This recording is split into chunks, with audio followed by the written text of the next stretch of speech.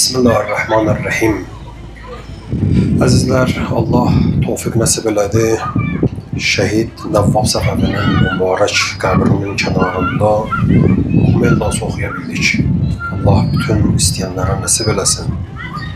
Bu böyük şəxsiyyət barəsində bir neçə kəlməni demək istəyirəm. Şəhid Nəvvab Səfəvi o şəxslərdəndir ki, əziz rəhbərimiz Ayətullah Xamenei cənablara buyurur ki, Şəhid Nəvvab Səfəvi mənim qəlbimdə ilk inqilab qığılcımını bu yaradıbdır. Yəni, belə bir şəxsiyyətdir, belə böyük bir şəxsiyyətdir. Onun bəzi xatirələri var. Əlbəttə, rəhbərdən nəql olunur ki, bir gün gəlmişdi, Məşəddə gəlmişdi bir mədrəsiyə şahın zamanında. Mən də arzum idi, mən də arzu edirdim ki, Şəhid Nəvvab Səfəvini görəm. Getdim, boyum balacaydı, boylanırdım ki, bu gələ. O da hündürboy oldu. Gəldi, mən gəldim, gördüm ki, Nəvvab Səfəvi gəlir.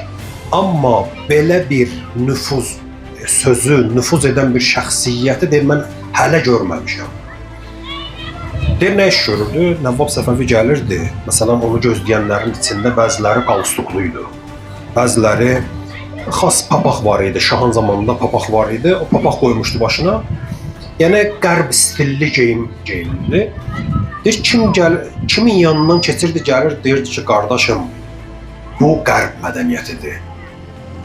Yaxşı deyil, çıxardı. Ağzından söz qurtaran kimi o çıxardı da qalstuqa atırdı. Kimi yanından keçirdi, deyirdi, papağı çıxardırdı, atırdı. Belə bir söz təsirinə sahib bir şəxsiyyət idi. Həyat yoldaşı buyururdu ki, deyirdi ki, evdə uşaqlara çox mehriban idi. Amma çöldə zalimlara qarşı çox şiddətli idi. Deyirdi ki, o Allahu Əkbər deyəndə, namaza dayananda nə Nəvvab Səfəvi kimisə tanıyırdı, üzü, qiyafəsi otur dəyişirdi. Nə də kimsə onu tanıyırdı ki, bu həmin şəxsdir. Yəni, bu cür nə Allahla razı-niyazı və deyir, gecələr bir ağlayıb sızıldayırdı, bir münacatlar, bir nalələr çəkirdi. Həmin bu nalələrin bərəkətinədir ki, bir nəfər nəql edir, deyir ki, bir cür getmişdi şahın yanına, Məhəmməd Rıza şahın yanına getmişdi. Deyir, otaqdan çöldə ancaq səs gəlirdi, bir nəfər qışqırırdı və yumruğunu stolun üstünə vurur. Çölə çıxandan sonra biz girdik yanına, dedik ki, nə məsələdir? Şah soruşdu ki, bu kim idi bu gələn? Kim idisə, sanki o şah idi, mən onun nökəri. Mənlə hökmlə danışırdı. Bu bir xatirə. Başqa bir xatirəsi budur ki, Yordaniyada Fələstin konferansında İsrail sərhəddinə gəlmişdi. Yəni, Fələstin torpağı idi, deyim ki, qəsb eləyibdi zalim qan içən Siyonist rejimi. Konferansdan sonra İndoneziyanın prezidenti idi, müxtəlif prezidentlər yığılmışdılar. Ora konferansdan sonra dedik ki, gedək bir dənə sərhəddə gedək. Getdik sərhəddə, gördük ki, sərhəddin hər yeri tikanlıdır, bir yeri açıq idi. Həmin o açıq yerdən dedi ki, gəlin keçək buradan. İsrail əskərləri də orada dayanmışdı. Bu şəxsin şücaəti, bu şəxsin qorxmazlığı nə qədər idisə, deyirdi ki, gəlin buradan keçək. Prezidentlər dedilər ki, biz buradan keçsək, bizi güllələyəcəklər. Dedi, elə mən də onu istəyirəm. Bunlar əl atsınlar, bizi burada qanımıza qaltron eləsinlər. Şücaətlə gəldi, oradan keçdi. Getdi məsciddə, yəni sərhəddi o tikanları keçəndən sonra, tikanlı simləri keçəndən sonra başladı Allahu Əkbər, Allahu Əkbər, bu şüarları deyə getdi, girdi məscidə.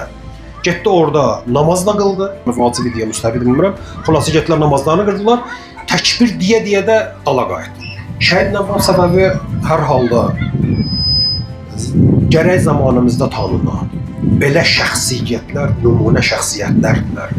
Hələ də indiyənə qədər bəzi düşmən mediası 60 il, 60 neçə il keçməyinə baxmayaraq, yenə də Nəvvab Səfəvinin əleyhinə güclü təbliğatlar aparırlar.